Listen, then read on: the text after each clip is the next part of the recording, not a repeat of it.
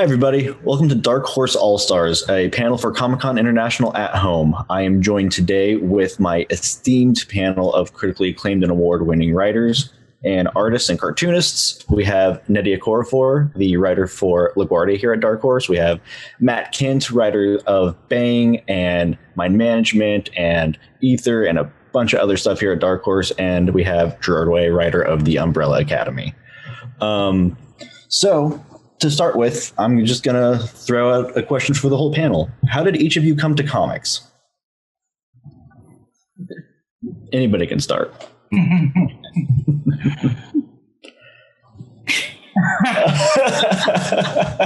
Nnedi, how about you? How did you come to comics? I'll start. How did I come to comics? It was more like just a big kind of thing. I think if I were to say that I came to comics in one way, I would say that it was through the comics in the newspaper. And, I discovered comics in the newspaper, and there was literally, and this was like when I was, of course, very, very little. And I've always been a big reader, but there was something about the format of comics that attracted my eye from the very beginning. And so, especially Garfield, I will say, which just Garfield was my in to comics. And like, in terms of like superhero comics, there's something about the comic book shop that didn't feel welcoming to me. Like, I would go in there and it was always that record scratch moment when I would walk in and everyone would stop. In Westerns, when everyone just stops and turns around and looks. And right. It was just like this, it just gave me this feeling of being this foreigner whenever I would walk into the comic book shop. And so that's what kept me from discovering comics for many years, that feeling. And so it was in the Sunday, the weekly comics in the newspaper, and then the Sunday comics when they were in color that really kind of got me interested in comics. That was it. There was just something about the format that attracted my eye. As somebody who reads a lot of books, it was just a different experience. The visuals, the illustration with the text was something that really kind of struck me very hard.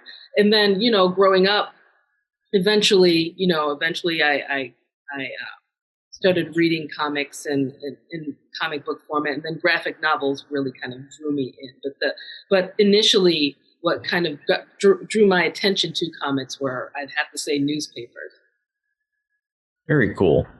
Gerard, how about you? How did you come to comics? Okay, well, I have to grab something off my shelf, but everybody has to promise to not make fun of my pajama pants. So absolutely.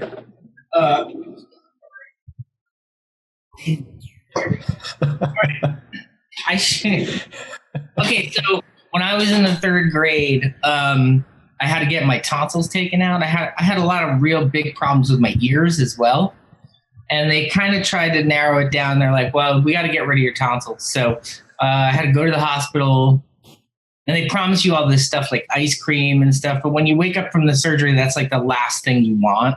You don't even want to talk. You're just in pain. And so anyway, I was in the hospital, and my grandmother came to visit me, and she gave me this super pickle. Very cool. She gave me a 3-pack of comics. And one of them, the only one I remember in the 3-pack was Captain America. Just some random issue, but that's kind of when I got into them. And then I started going to the corner store, and the main comics I was getting Chris Claremont and Mark Silvestri's X-Men. That's right. Kind of drew me in because they were all kind of outsiders. And so that was it. I would go there all the time looking for new X-Men comics. And that's kind of what started. And then I started to draw and make my own. Very cool. Matt, how about you? What brought you into comics? Yeah, I think the earliest comics I remember was Tintin, and my brother reminded me of this story because my mom had gone back to school, and so she would go to the university bookstore and to get her books, and then we would just like wander around and look, and there's nothing good in there. It's all you know what I mean, like college level courses with books, except that there was a rack of Tintin comics in that bookstore. And I don't know why those were in there, if it was just for kids or whatever it was. But my brother like begged my mom to get one of those because he loved comics, and and then of course, like my mom was very even. So everybody, if my brother got one, I had to get one. So I think that was like my first comic I remember was Tintin. I got it because my brother got one. So my mom had to keep it fair. And so I started reading those. And then I was kind of addicted after that. I think I grew up in a small town, so we didn't have a comic book shop. There was the grocery store. So we go to the local grocery store, and then our thing was we didn't have any money, and like we didn't do chores or get allowance. We were just like, we were kind of loser kids. but we would return bottles, Coke bottles, so you could take the bottles back. So that was the deal. Like if we took the bottles and brought them in, we could get all the money from returning the bottles, and then we would take that money and buy comics from the grocery store with those. Right. It didn't go that far too. So we'd go, there was like one spinning rack, and you go there and you get the ones you could get, and then it'd be the one you wanted, but you're like, oh, there's not enough money. So you'd like hide it behind a magazine and hope that it was there next time. Right. And sometimes you come back and it was, and other times you're like, somebody cleaned up the magazine rack and it was gone. So. Gotcha. Well, where did the ideas for your stories come from? So Nnedi, LaGuardia, Gerard, Umbrella, Matt, Bang, or Ether, or My Management, or Department H, or you are one of the most prolific writers in comics right now. So where did these stories come from? Yeah, with LaGuardia, it came from, there were several things with LaGuardia, but really it was the first. LaGuardia starts off with a sort of like a mini story about this woman who's coming through and bringing, it's just too much, but I'll link it to, like, this was in a lot of ways based on an experience that I had personally. So at the time I was doing a lot of traveling, and of course I still do a lot of traveling. But yeah, so I was doing a lot of traveling, and TSA was a problem for me, especially concerning my hair. I have a lot of hair. My hair is long enough to reach the ground when you unravel this. And so whenever I would go through security, I would always get stopped and randomly checked. And, and there was one, I was coming through LaGuardia Airport at one point, and this, like the checking was just ridiculous. It was like they had where, they had to check my hair, and they're like, oh, first they called my hair headgear. So you have the headgear. She's got headgear. And they were like, she's got headgear. And then, so then I was asked to, either I could go behind the curtain or not behind the curtain. So I was like, no, I'm not going behind the curtain. Do whatever you're going to do right out here. And so then they proceeded to make me undo my bun and then feel every single one of my locks from the tip all the way to the roots, and then going like that, right? So they did all of this. I'm getting progressively angrier. And this is something I've dealt with this kind of thing before, but LaGuardia was the worst when I was coming through there. And then I get out, and then I went to where I needed to go from that point. And so when I got out, I looked into my bag, and I realized that, and this is a bag that they had scanned, but they were so concerned with my hair that they missed this. In my bag was a nice little can of mace, and they didn't even see that, right? And so like this whole incident just pissed me off, and it like kind of spun in my mind and all of my travels and dealing with just security, airport security in my hair, that eventually it became this story where I had this woman who was coming from somewhere, and she goes through the TSA, and in this case, she's smuggling through a small alien plant. And this is in a world where aliens are citizens as well. And it's in her bag. And they were so concerned with other things like where she was coming from and basically interrogating her, that they missed this alien plant in her bag. And so that was really the beginning of just this whole thing of LaGuardia, where aliens are part of our world, part of society, part of Earth society, and you have all these political issues that arise from that. But that was really that specific incident at LaGuardia, which is why it's called LaGuardia, which is why the story focuses so much on LaGuardia. That was the inciting for the story. Right. Well, that is incredibly invasive of the TSA, but that's an excellent way to write an award nominated and winning story. So, congrats again on the Eisner nom, by the way. I didn't say that up top. Congrats very much. Congrats on the Eisner nom. Very excited. Gerard, how about you with Umbrella? Well, a lot of people at the time right before Umbrella came out, a lot of people knew me as a singer in a band. But I had this long history with comics and kind of making my own and getting published at 15 and using my grandmother's typewriter. But then I went to the School of Visual Arts in New York City, and my major was cartooning. So I had all these comic book classes. And in my senior year, I interned at DC, and I interned there for like a year. Andy Helfer gave me a job in one of his big books. I got to do that. And then I kind of hit the pavement for a few years trying to break into mainstream comics. Right. And I just kind of wasn't suited for mainstream. I was more influenced by kind of like European comics and things like that. That's what the kind of stuff I was discovering in art school. Anyway, so I end up designing toys in Hoboken at this place called Funhouse, and I was doing Marvel stuff and other things. And then this little project on the side, this band that I had started, really started to take off. Mm-hmm. So anyway, so then we decide, all of us, we quit our jobs, we get in the van, and then we just start touring, and we don't really have anywhere to live. We're just going city to city, sleeping on floors, going show to show to kind of stay alive. But then the band gets bigger and more successful. But the whole time, like, I missed this other part of my life that I had to kind of walk away from. And I really missed comics. I'd always loved them. And one of the things that really inspired me, I was on tour, and DC just started to re-release Grant Morrison and Richard Case's Doom Patrol. Right, yeah. Graphic novels. They just started to put them back into print. So I started reading those, and I had read some of them when I was a kid working at a comic shop at 15 years old. But this was kind of like a new way to read them, and it refreshed my memory, and I got to read the whole thing as they would come out. And I said to myself, I have to do a comic, So then in terms of like what was specific and how I came up with the Umbrella Academy, I like to materialize things that I think should exist. I think that's kind of my method. And I did that with the band. I do that with other things. And so there was nothing like Umbrella Academy because the mainstream companies were so concerned with continuity and things like that. And I just wanted to throw people right into the story.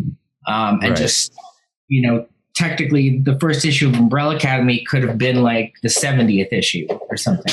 Right. So I started working all the characters on the road and just doing designs of them, and then put a real pitch together and sent that to Dark Horse, because that's the company where I wanted to be, because I liked what they were putting out. I really liked Hellboy, and I loved Screw-On Head. That was a big influence on Umbrella Academy. Right, yeah. And I felt like Dark Horse needed a superhero comic. I felt like they didn't have one. And so, right.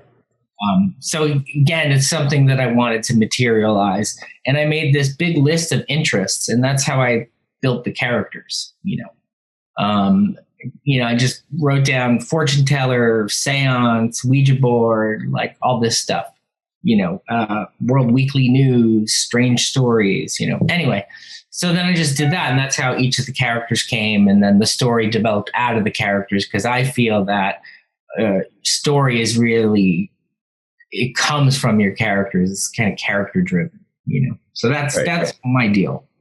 Right. Very cool. Matt, what about you? Let's talk about Bang, because we're going into the third printing for that issue 1 for Bang really soon. So where is the inception for that?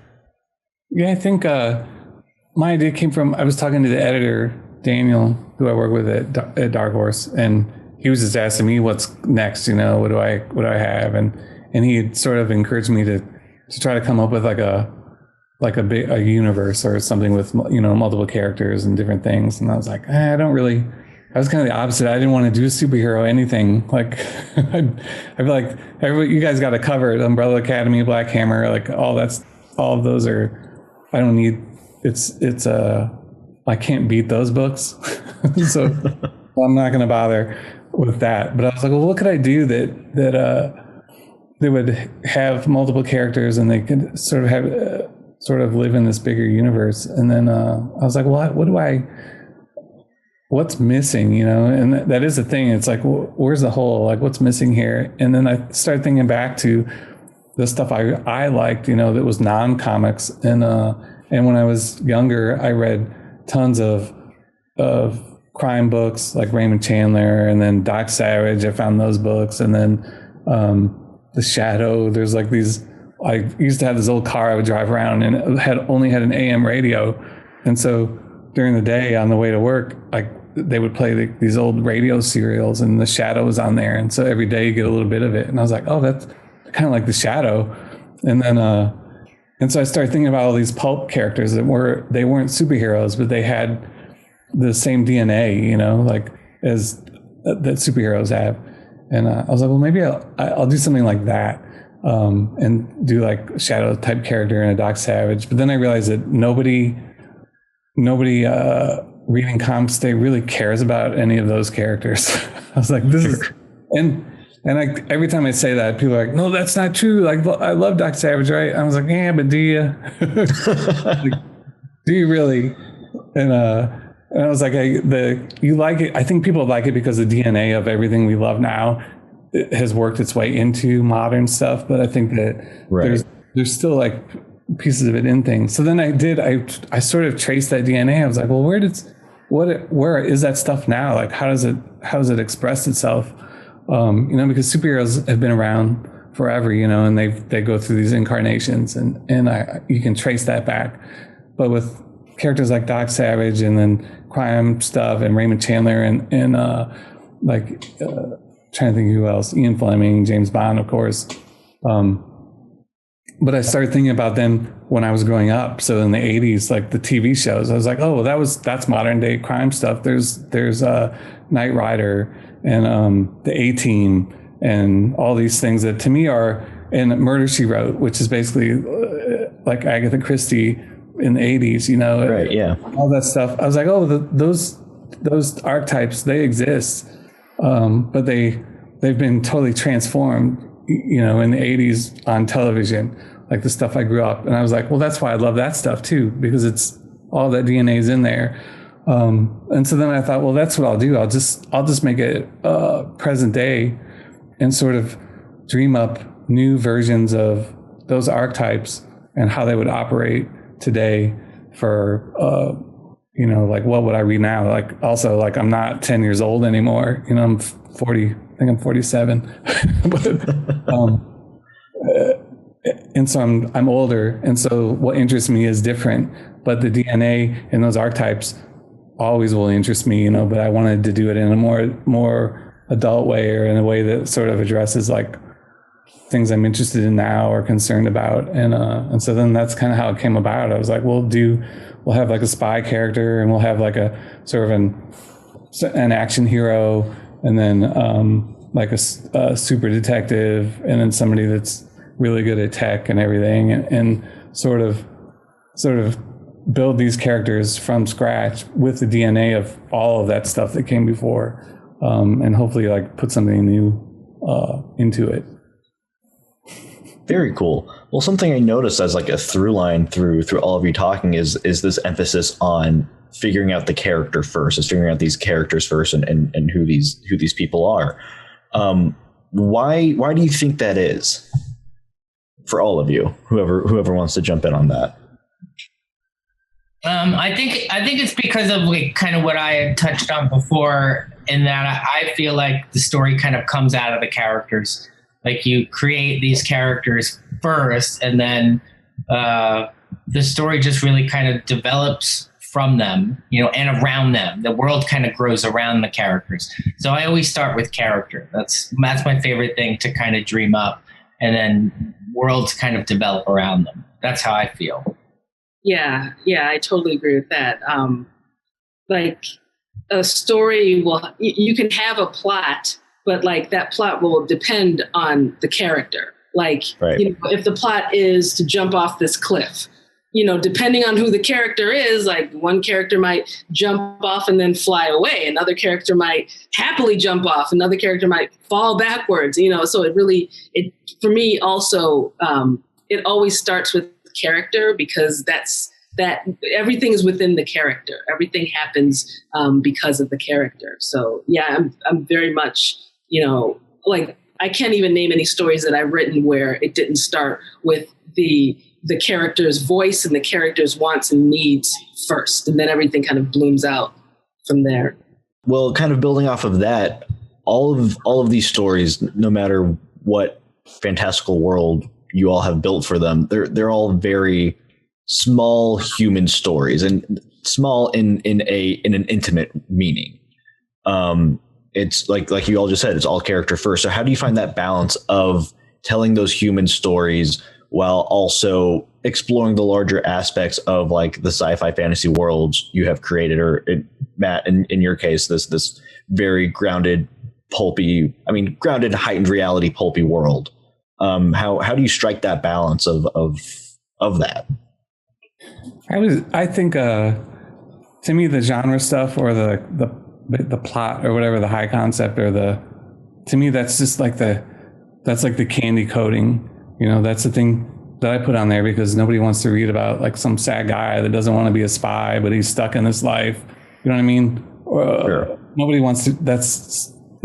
Most people don't want to read that. I don't want to read that. And I for sure wouldn't want to draw it. Sure. Like I want to draw people getting shot at and explosions and stuff. But so to me, that's like the thing that you put on the cover. That's the outer coating or whatever. That's like, ooh, this looks like fun. And then when you get into it, and you get to know the characters, that's what the stuff that's really about just comes from the character. Like you guys are saying, it's just like you've come up with a character, and then you're just putting them into a situation to see how they'll react to it, and that's that's what's interesting to me as a writer and as a reader. But I will say, like, I don't like reading stuff that's totally grounded. There needs to be a spy or some kind of genre stuff, because I grew up with comics. It's like I need something, like give me something to get excited about, to open and read the first page. Right. And then character hooks you. So. Also, like with the world, it's like, the character, like for me, it's all about the character, but it's also about jumping into the character and looking around and seeing how the character reacts to everything that's around the character. So like, I'm big with world building, I enjoy that, but it's not from, where I would like write out, okay, this is what this world is like, and here are all the histories. I don't like to do that, even though my worlds are big and they're very detailed. I like to carry that in my mind, so that like I prefer to me, world building is looking around through the character's eyes, right, and experiencing the world, and that's where I find that part really exciting and really fun. And like the worlds, to me, like the worlds that I write about are huge, but it's all about the character experiencing that world. Like I'm not interested in just like from this bird's eye view where, there are wars happening over here and then this is happening over here. It's got to be really close. It's got to be from within that character. That's what I find interesting. So the worlds are really, they're something that draw me, but it has to be through the character's eyes, like through the character's experiences and wants and needs and all of that. Yeah. Well, kind of building off of this character conversation, I mean, Gerard, with Umbrella, you have a whole cast of characters. With Bang, you have a whole cast of characters. Nnedi, you are a very prolific writer in the prose world and now in the comic world too. How do you get into the mindset of the different characters so they all are their individual people, all coming from you? And in the case of like something like Bang or Umbrella Academy, where it's it's a whole cast that have different personalities and different voices and different wants and needs. How are you able to inhabit those characters while sitting down to write a singular kind of script or singular novel or singular screenplay or whatever it is you're writing at the time? Anybody who wants to jump in on that one? I'll jump in on it. To me, that's the most fun part of writing, is basically pretending you're somebody else, and it's not like I think early on, like those early books, or when you first start to write, you're like, the main character is you, and it's like, this is my point of view, and I'm going to get my ideas into this and just use his skin to voice those ideas. But I think the more you write, the more you realize how boring that is. Like the fun of it is, it's like, hey, I want to be somebody completely different, and whether that's just like a superficial thing or like changing the sex or the location or whatever it is. To me, it's just like that's the challenge of writing, but it's also the thing that is most fun to do for me, is like just get outside of myself, look at things from someone else's point of view. And I think that's what makes it fun. Like the best villains are the ones where you kind of sympathize with them, or you understand their thing. And that's one part of that is like, well, it's because when you're writing that villain, it's like trying to get into that mind of that person and like sort of figure out why they do what they do, and then come up with a justification for it. And then you write that character, and then you flip, then you like out of that, put yourself into another one, and then have them go at each other. So it's like, no, this is what I believe. And then, no, this is what and then that conversation is fun. I think as a writer, that's like the best part. Yeah. Very cool. Would you two agree with that aspect of that? Of writing characters? Yeah, I mean, well, originally, it was like Matt was saying, like at first you're kind of writing from your perspective, and you're kind of starting that way. And then over time, like that does kind of get boring. But I did have to find kind of a way in with the Umbrella Academy family. But I had a lot of life experience to draw from, being that the book is about a dysfunctional family, like being in a band is the same thing. So I had a lot, and there's all these different personalities in the band and different roles, and somebody's the dad and somebody's the mom, and you kind of have all this stuff, and there's conflict, when you have really strong personalities. And I love all the guys, obviously, but I had some experience to draw from. And also with the cast of Umbrella, I was able to kind of draw from some personal experiences and almost like put one aspect of myself into these characters, like Klaus is a good example because he kind of represented my struggles with addiction. And Allison is really the most human to write because, she's just very complex, and I don't know, I find her to be the most enjoyable to write Allison. But they all had a little part of me. But then, yes, you start to get into villains and other characters and characters that you don't have any experience with. And it gets more fun. And then you start to get out of your comfort zone, and not every single character needs to represent an aspect of yourself. You can write, you can dream, you can pretend, Yeah. Characters for me have been an interesting experience because with almost every single one of my novels, I hear my characters talk to me. Like they have whole conversations with me. Some of them are mean. Some of them are kind. So they're some of them are pushy. There's one character in the Book of Phoenix. She was one who talked to me a lot, to the point where I remember at one point I was tired and I took a nap because I was like, I just need to take a nap. And I stopped writing, went to take a nap. And in my sleep, I could hear her telling me, get up, I'm not done talking yet. And then I got up and continued writing her story. So my characters come to me very strong. With LaGuardia, she actually looks like me.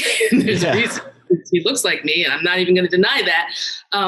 And Tana, she actually drew her to look like me. That was on purpose. But like Future, who's the main character of LaGuardia, there's certain things that she does that are very different from me. And as I was writing them, for example, she runs away from her problems. I don't want to give too much away, but she runs away from her problems in ways that I would not. You know, there are things that she does that I definitely would not do. I've written characters where, as I was writing, because I don't writing comics and novels, very different. The process is very different. When I'm writing novels, I don't outline at all. Like with writing a script, you kind of have to outline because you know how long it's going to be, all of that, you know, all the details. But writing a novel, no outline at all. Like I just fly by the seat of my pants. And there, with one of my novels, Who Fears Death, you know, this character, she was strong. That character was very strong and kind of scary. And as I'm writing her, I thought I knew where the story was going. And there was something where I knew, I'm like, oh, she's not going to do that. She's not going to do that. She's going to get close to it. And it was something very disturbing. I'll just leave it at that. Something very disturbing. She's going to get close to it, but she's not going to do that. And I knew she wasn't. And I knew what was going to happen after she didn't. As I'm writing, she's not walking out the door, you know, and I keep writing. She's not walking out the door. And it was like, as I was writing it, that I learned that she was going to do the very thing that I did not want her to do. And it was a shock. It was as much of a shock to me as anyone who would read the story. So it's like my characters are, you know, they're alive. And a lot of times I can't control them. And a lot of times they do things that I would never do. They have ideologies that I completely disagree with. I've had readers who have read some of my stuff and they're like, oh, this is what they think, that therefore I believe what this character, you know, this character did something that I believe in. And I'm like, I don't believe in that at all. So like, you know, it's interesting writing, you know, these characters who are so, sometimes they're very similar to me, but a lot of times they're completely different, have completely different ideologies and beliefs. And I have to let it ride as I'm writing them. Like, oh, this is just painful to write. But like, this is who the character is, and getting in their heads, getting deep in the way, like getting in their heads. Like I've written characters where I'm like, I don't enjoy being in that character's head at all. But, you know, but that's also, as you said, that's part of the fun of it, you know, where you get to exist within these characters who are like, they're separate individuals. And that, you know, that's really fun to me. Yeah. As long as you get to punish the bad ones in the end. Yeah, sometimes, but not all the time. Not all the time.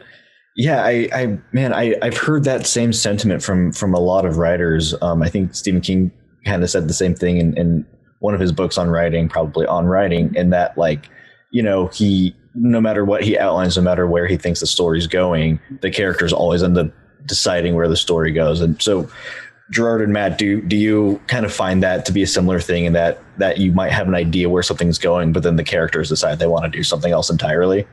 Have you discovered that as well in your writing? Yeah, that does happen for sure. Yeah, I've noticed that it happens. And like Nnedi was saying, I think one of the things she was getting at, it sounds like it's like that'll also surprise the reader in the way that it surprises you with what it does, you know. And you can assume as you're going in there, obviously it's the same. Yeah, like she mentioned, you have the outline for comics because they're a certain length, you know. But I try to leave enough room in those outlines for discovery, and that's the part where the characters can really kind of surprise you and do things that you didn't think they were going to do, and it just kind of happens on the page. So yeah. Yeah, I think that's what's interesting too about all of our stuff is like we're writing our own characters and create our own work. There's a difference because those characters are allowed to surprise us, you know. But if you're doing a work for hire thing, or you're doing something with continuity, or a character that people have read since they were 10 years old, you can't write a character like that in the same way, you know, because you're beholden to not just what their character is, but what everybody thinks their character should do, and then there's like an ownership of that character that is beyond like a company, but it's fans as well. This is a totally different topic probably, but to me that's the benefit of doing creator owned work and stuff that we come up with, you know. And these are our characters, you know, and they're going to do we know them and they'll do what they have to do. And I think that's what ultimately makes these kinds of books more interesting. Yeah, I agree with you too. Yeah, I definitely noticed that when writing Doom Patrol, that it's different. Like, there are other people that have ownership over that character, so you have to kind of consider what they've done in the past, how they behave in this way, and at the same time, you're still trying to surprise that audience as well. So, but when it's much cooler to write your own characters in your own universe.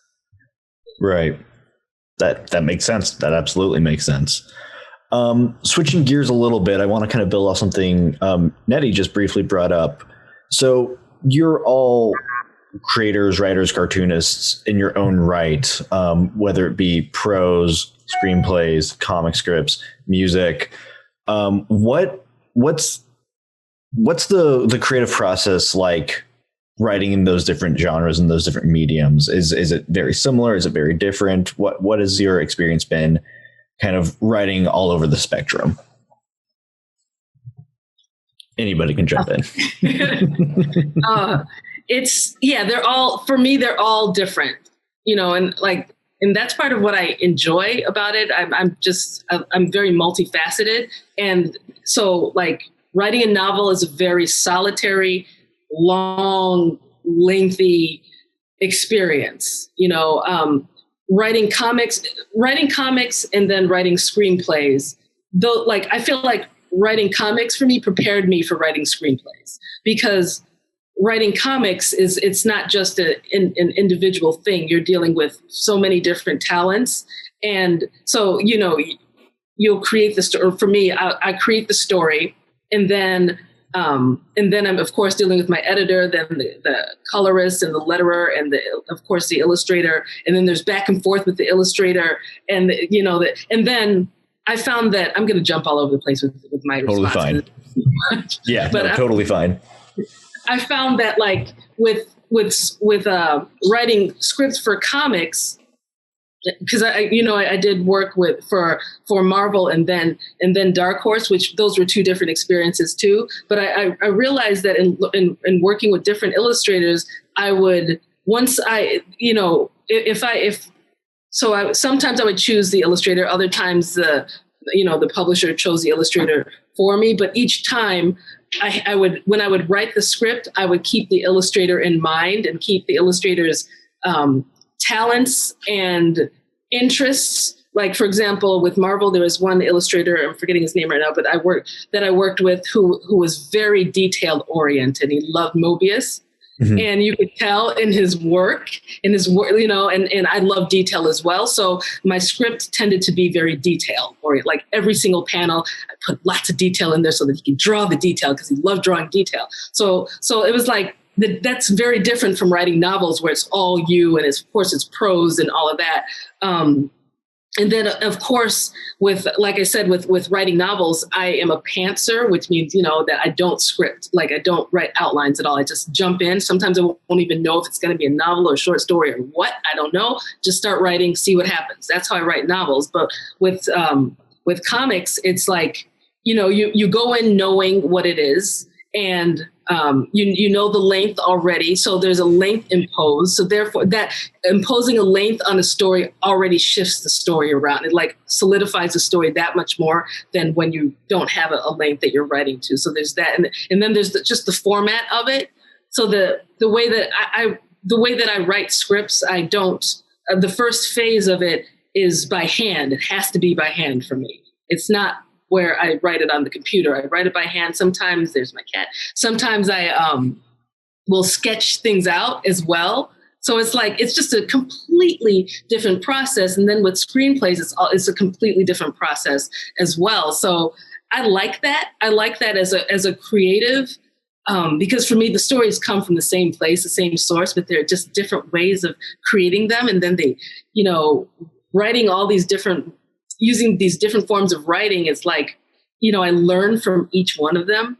So it's just, I find it very exciting and dynamic. I love all the different formats, but yeah, I could go on and on. But How about Matt and Gerard? Any thoughts or comments on writing in different mediums and different formats? Well, writing a novel is something that I feel like I eventually want to do one day. It's something that I hold up there as a really big challenge for me. And the thing I love to do the most is challenge myself a lot. Mm-hmm. But one of my favorite things to do is kind of have these jobs or whatever that require kind of all my skills. Right. And that's most fun for me. So like with something like Umbrella, it's a lot of fun because I'll draw the characters and create them that way. And then I'll send that drawing to Gabriel and then he reinterprets them, Right. But I start with kind of designing them and conceptualizing them. I do separate. It's interesting. My scripts are really dense and there's a lot of art direction in them and I'm very descriptive. And I'm kind of laying out the page. Right. Because I really enjoy the language of comics. But Gabriel will obviously, he's my collaborator, so he will change things. He'll make things better. He will give things an extra moment and he'll do all that stuff.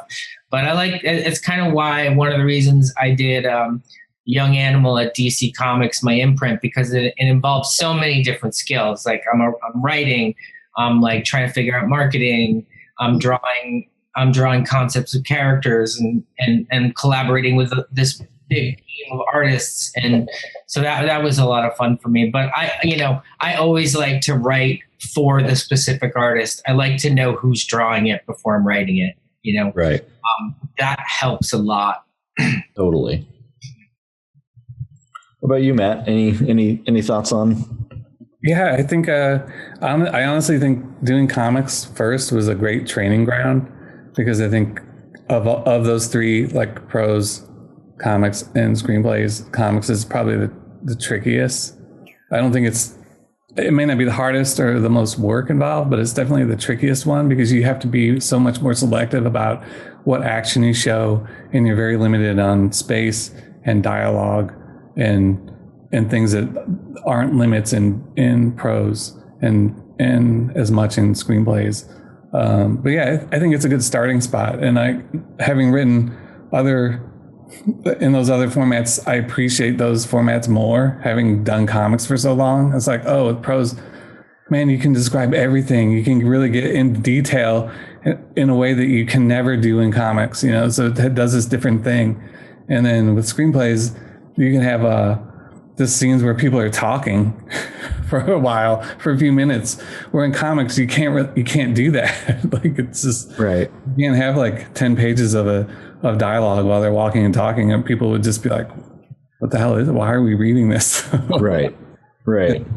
So to me, it's fun to work in those other mediums to sort of stretch those muscles that I don't get to do in comics as much, And then it helps you revisit comics and appreciate them and like the things that you can do in comics that you can't do in those other mediums. It makes you want to do things in comics that you can't do in those other things, just to kind of show off what comics can do. And it's like the idea of like Absolutely. Really integrating the process with the reader and getting them involved, and because there's so much more participant, than in books or movies. They're part of it. It's that leap between panel to panel is something that doesn't happen in other mediums. And I think that's the magic. But yeah, I love it all. I love movies, books, and comics. Very cool. That actually really dovetails nicely into my next question for you guys: is why comics for these stories in particular, for LaGuardia, for Umbrella, for Bang, despite whatever kind of cross media there is now. I'm thinking, of course, for Umbrella Academy with the Netflix show, but why start these stories in comics? What was about the medium that just really made these stories stand out in this medium? I think the main draw for me was that comics are so limitless. They don't have the kind of budget that a big budget film has, and right. You could do anything in comics. And also I like starting with the comics because I think as a writer, kind of the most freedom and the most control, over it, especially if you are doing creator-owned stuff and you're not working for a corporation. Like there's really nobody that can kind of tell you what the story is or what to do or what you can't do. And, obviously we have our own barometers for what we can and can't do or want to do with the story, but really they're limitless and they always spoke to me. And like Matt was saying, you participate when you're reading a comic. There's a magic that happens in between the panels. Your brain puts things together, and in that way, comics can do what so many other mediums can't. So I've always preferred comics. I did try writing an episode of a television show once for something I was pitching. And I just didn't enjoy it. I wasn't good at it. Really hard. But I love the control, the creative freedom that exists in comics. Yeah, I agree with that very much. I think like with LaGuardia, it was always a comic. Like that idea was always a comic. From the inception of that first scene, which was years before before the graphic novel. It was years. It was always a comic. And from the moment that I kind of imagined this story, I think first of all, there are a lot of colors. Like it was just really a really colorful story. And I wanted to see those colors. I think that's part of the reason why I knew it was a comic from the beginning. I knew the story was a comic from the beginning. A lot of colors, but also that idea that you can do anything in comics was a big one. This is a story where aliens are extraterrestrials, they're people. They're people. So and there are tons of different types of people in this story. Imagine writing that in prose versus that in comics versus that even in films. It's just, you can do it best as a comic.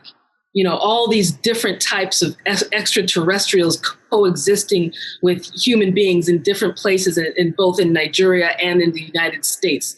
It was just it's always been a visual story, but like with all of these strange things that this story was doing, it's just, it had to be in comics. And like, there are just certain things that as we've said multiple times, there's certain things in comics that you can't do anywhere else. So yeah. Right.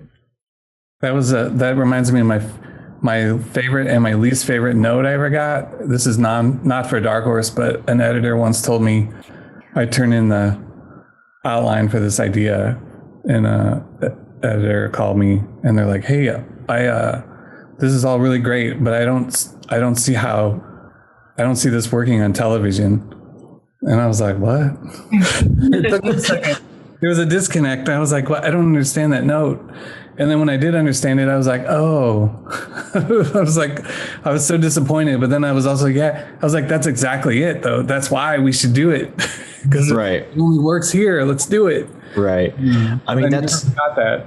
Yeah, that's like Brian K. Vaughan's Saga. That's his whole kind of idea behind Saga, is to make it completely unfilmable, so it can only exist in comics. Wow.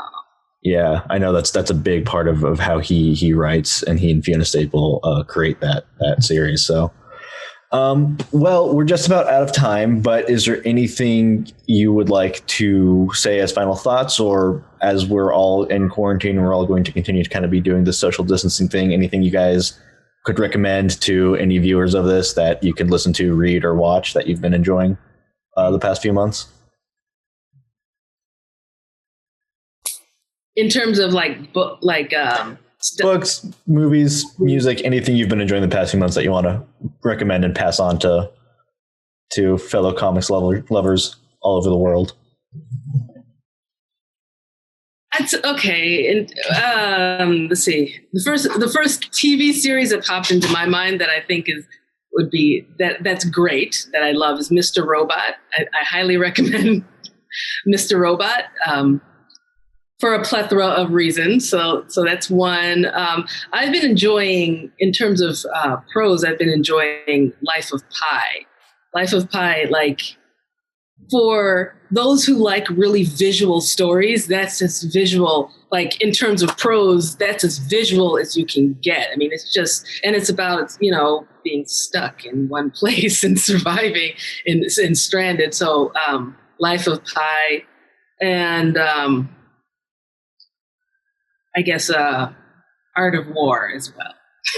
The book Art of War. It's worth a reread right now for many reasons. Yeah.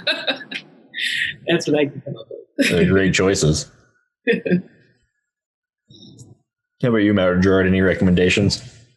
It's 2:00.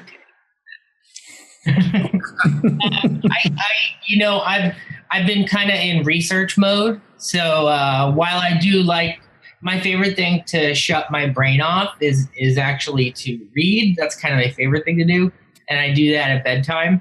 TV is a little harder for me just because I feel really trapped when I'm watching TV.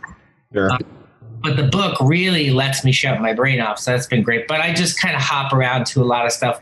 Right now, I'm just reading old role-playing game books, like old manuals and Dungeons and Dragons stuff, and that's kind of weird. But I've been in research mode, so I don't have any real suggestions in terms of anything beyond that. I've just been kind of getting in touch with older comics and kind of like the Golden Age and the Silver Age and things like that. Very cool. How about you, Matt? I go through, my day is like 3 stages. So in the morning, I'm reading something that I need to read just for like inspiration or whatever. And because if I read at night, I just go right to sleep. So I have to read in the morning. But what did I read? I read 3 Body Problem, which is okay. Oh, yes. Yeah. Really not fun or funny. It definitely made me think thoughts I didn't want to really be thinking about right now. So I don't know if I recommend it, except it's great. And then I've been reading like just a ton of like 1950s like crime books, just like the trashiest crime books I can find. Nice. And then in the afternoon, I've been going through all these French New Wave movies. So okay. Breathless, which is I rewatched that, and then what did I watch the other night? I don't know how to pronounce it. Second Wind is like the English pronunciation.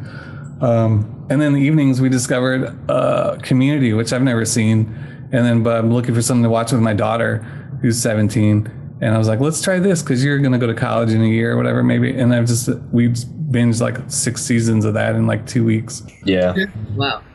So That's a fun show. Yeah, I enjoy Community. To it, so I'm not sure everybody knows about it, but anyway, it's fun. It's a good family show. Yeah. Well, thank you all so much for taking your time out of your day to join me today for this wonderful conversation, and thanks to you all at home tuning in to watch this. We're very happy to provide entertainment for you all and to sit down and have this wonderful discussion. Really fast, if you guys want to plug your social media, where can we find you at? You can find me at Nnedi on Twitter. My website is also nnedi.com. And you can find me on Instagram, easy to find, and Facebook. I'm on Instagram as Gerard Way. I don't use Twitter, but you can find me on Instagram. And sometimes I use it. Yeah, I'm on all of those. You can just find me, Matt Kindt, on all of that. Very cool. And be sure everybody watching to pick up Bang, pick up Umbrella Academy, pick up LaGuardia, which has been nominated for both a Hugo and an Eisner this year. So big congratulations to you, Nnedi. You and Tana. Thank you, everybody, for joining. Have a wonderful day. Bye. Bye.